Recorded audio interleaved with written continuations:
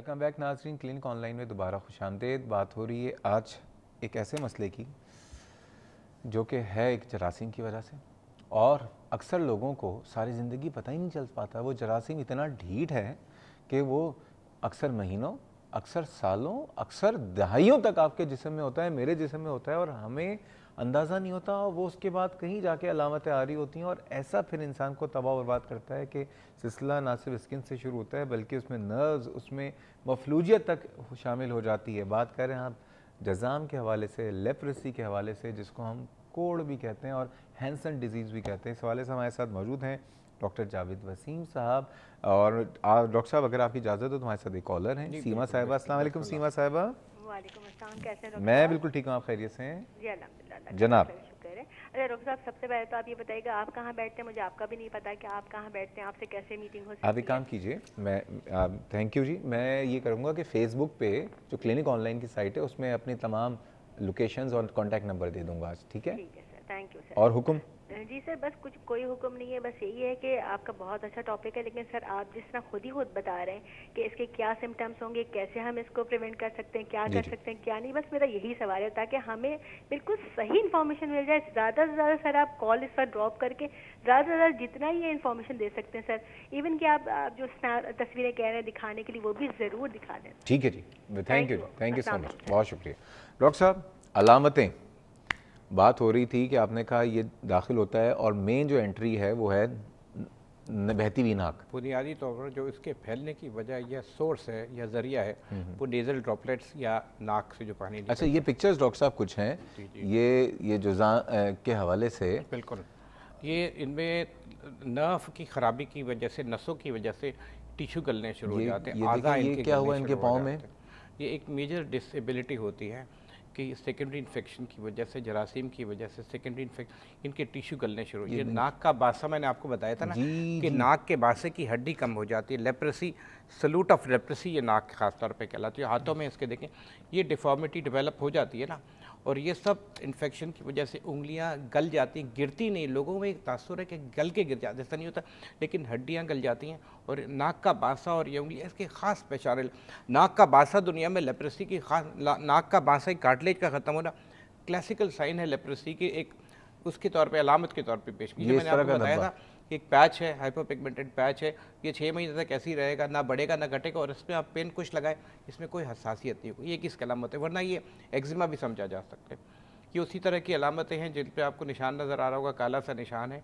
Plus इसके अलावा main कान के इसके आप देखें तो जल्द थोड़ी सी मोटी मोटी, ये वही अलामतें हैं। पाँव मुड़ जाता है, डिफॉर्मिटी हो जाती है, जिसको कहते हैं फुट ड्रॉप। मैंने आपको बताया नसें जब कमज़ोर हो जाती है ना तो वहाँ के पट्टे गल जाते हैं, जिसकी वजह से एक डिफॉर्मिटी पैदा हो जाती है। ये खास फ्लैट हो गए। वही तस्वीरें हैं कि लेप्रेसी रिलेटेड डिफॉर्मिटी अगर ट्रीटमेंट ना किया जाए तो हालत यहाँ तक पहुँच जाती है, और इसके बाद फिर रिहेबिलिटेशन का प्रोसेस शुरू हो जाता है। ये भी देखिए, और इसके बाद क्योंकि ये डिफॉर्मिटी ऐसी मेजर होती है कि बिल्कुल चलने फिरने से ज़ाहिर माजूर हो जाती है ज़िंदगी इनकी।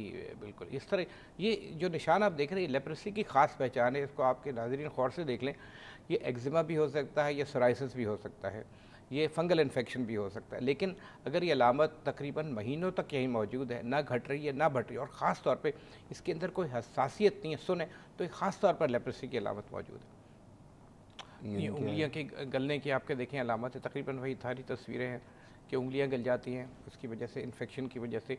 ये बुनियादी तौर पर वजह, ये हाथ में कॉन्ट्रैक्चर्स आ गए, बिल्कुल नसें वहाँ की बुनियादी तौर पर ख़त्म हो जाती हैं, बेकार हो जाती हैं, तो उससे मुतालिक जितने पट्टे हैं वो सब ख़राब। अच्छा, ये बताइए, अज़हर अली साहब ने एक सवाल जैसे पूछा कि क्या एक्जिमा या सोराइसिस या किसी और स्किन डिजीज़ से इसका कोई ताल्लुक़ है, इस बीमारी का? इसका कतई किसी स्किन डिजीज़ से कोई ताल्लुक़ नहीं। लेकिन लोग एक बीमारी से इसका ताल्लुक़ जोड़ने की कोशिश करते हैं, वो है बर्स।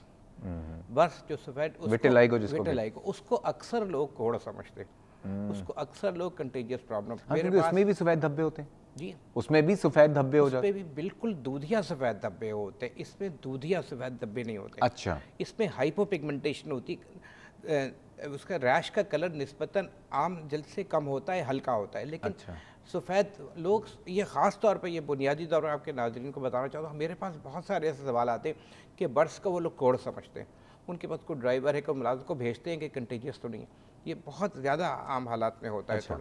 लेकिन बर्ड्स और कोढ़ का कतई उस सफ़ेद डिजीज़ वाली बीमारी का, सफ़ेद बीमारी, उसका बर्ड्स और सॉरी कोढ़ और निज़ाम से बर्ड्स का कोई ताल्लुक़ नहीं। अच्छा, एक और बीमारी होती है जिसमें शायद धब्बे सफ़ेद होते हैं, लेट मी करेक्ट अगर मैं गलत कह रहा हूँ, पिट्रियासिस एल्बा। वो तो बिल्कुल मुख्तलिफ चीज़ है, वो तो बिल्कुल एक मुख्तलिफ, उसमें भी धब्बे होते हैं? उसमें धब्बे होते हैं, लेकिन वो बहुत ही ज़्यादा आइडेंटिफाइबल चीज़ है। उसमें छोटे छोटे धब्बे होते हैं, काले रंग के सफ़ेद धब्बे होते हैं, लेकिन वो इलाज के अच्छा, एक और होती है पिट्रियासिस वर्सिकुलर। पिट्रियासिस वर्सिकुलर ये एक चीज़ होती है, लेकिन पिट्रियासिस वर्सिकुलर डिफरेंट चीज़ है। उसकी अलामत प्रेजेंटेशन पिट्रियासिस वर्सिकुलर लेके कंधे से लेके घुटने तक होती है। उसकी ख़ास अलामत होती है कि रिब्स पर ना सिगार शेप लंबे लंबे लेशंस होती हैं। वो एक आइडेंट और 2 to 3 वीक्स में वो रिजॉल्व हो जाती है। यानी ऐसा कोई निशान हो जिस्म पे जो कि आपकी नॉर्मल स्किन से थोड़ा कम कलर का हो और 4 या 5 महीने से ज़्यादा हो, ना घटे ना बढ़े और सुन होना बुनियादी, और किसी ट्रीटमेंट को वो रिस्पॉन्ड नहीं कर रिस्पॉन्ड रहा। ना करे। अच्छा, अब ये बताइए कि अगर किसी को ये है, पहली बात, आज तो सब इतने, क्योंकि तस्वीरें देख के तो हर आदमी डर जाएगा, ठीक है ना, कि इस बीमारी से बचे। अगर किसी को ये बीमारी या उसको ये निशान है तो ये तस्वीरें देख के तो लिटरली उस वक्त जो उसकी हालत होगी वो नाकाबिले बयान ही होगी उसके लिए। क्या हर इंसान की कंडीशन इसी स्टेज पर जाती है या इसका प्रॉपर इलाज भी है? देखें 100% प्रॉपर इलाज है। तो पहले डायग्नोज कैसे करेंगे? पहले देखें बुनियादी दवा मैंने बताया, अगर सबसे पहले डॉक्टर साहब एक अवेयरनेस, एक चीज़ के बारे में आपको पता ही नहीं है, आप उसकी तशख़ीस कैसे करें। आपके प्रोग्राम के ज़रिए लोगों को ये बुनियादी अवेयरनेस होनी चाहिए कि कोई ऐसा मरीज़ जिसका नाक बहना बावजूद इलाज ही कंट्रोल नहीं हो रहा, जिसके सर पे बहुत ज़्यादा खुश्की है, जिसकी जल्द में कोई ऐसा निशान मौजूद है जो कि अरसे से उस पर कोई तब्दीली नहीं हो रही और वो सुन है। तीसरी बात, कान और नाक मोटे मोटे, ट्यूबरकुलोसिस लेप्रेसी में कान और नाक मोटे मोटे हो जाए। तीसरी बात, नसें रस्सी की तरह मोटी हो गई, ख़ास तौर पे गर्दन वाली नसें, अल्नर नर्व, उनके से मुताबिक जो पट्टे हैं वो कमज़ोर हो गए। बहुत सारी बता रहा हूँ, लेकिन और फुट ड्रॉप, एक मरीज़ है वो अपना पाँव ऊपर कर, उसका पाँव नीचे ऊपर करने की कोशिश, हम ये मिलाते हैं तो वो ऊपर नहीं कर सकता। ये फुट ड्रॉप, ये 3-4, लेकिन ख़ास तौर पे नाक का बहना, जिल्द का सुन होना, बेहतर ना होना और नसों का मोटा होना, ये 3 बुनियादी अलामतें। अच्छा, इन अलामतों के अलावा कोई डायग्नोस्टिक टेस्ट है इसका, कोई तशखीसी टेस्ट? लेकिन इससे पहले एक कॉल ले लूँ अगर आपकी इजाज़त है। लाहौर से अदनान साहब हैं। अस्सलाम वालेकुम अदनान साहब। वालेकुम सलाम। कैसे हैं आप? ठीक हैं? शुक्र अल्लाह जनाब। सर मैं बहुत टेढ़ी हो गई। आपकी आवाज़ क्लियर नहीं आ रही अदनान साहब। आई एम सॉरी अदनान साहब, मेरे ख्याल में आपकी कॉल ड्रॉप करनी पड़ेगी, आप दोबारा कॉल कर लीजिए, आपके सिग्नल्स में प्रॉब्लम थी। डायग्नोस्टिक टेस्ट, कोई तशखीसी ब्लड टेस्ट, कोई बायोप्सी? बिल्कुल। देखिए जैसे मैंने आपको बताया ना, एक लेप्रोमेटस लेप्रेसी कहलाते हैं, एक ट्यूबरकुलोसिस लेप्रेसी।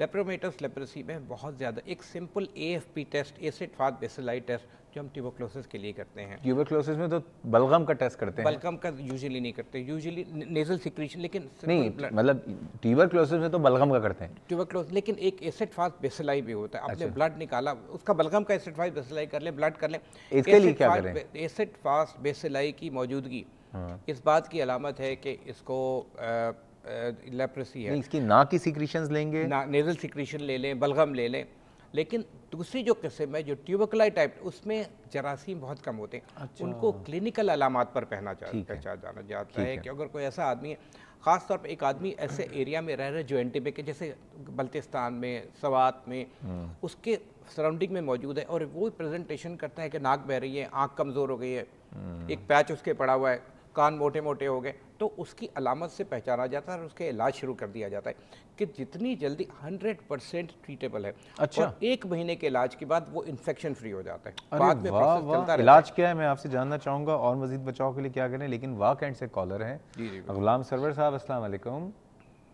वालेकुम सलाम। डॉक्टर साहब से मैं ये पूछना चाह रहा हूँ जी, ये बहुत अच्छा प्रोग्राम है। Thank you. ये सोराइसिस,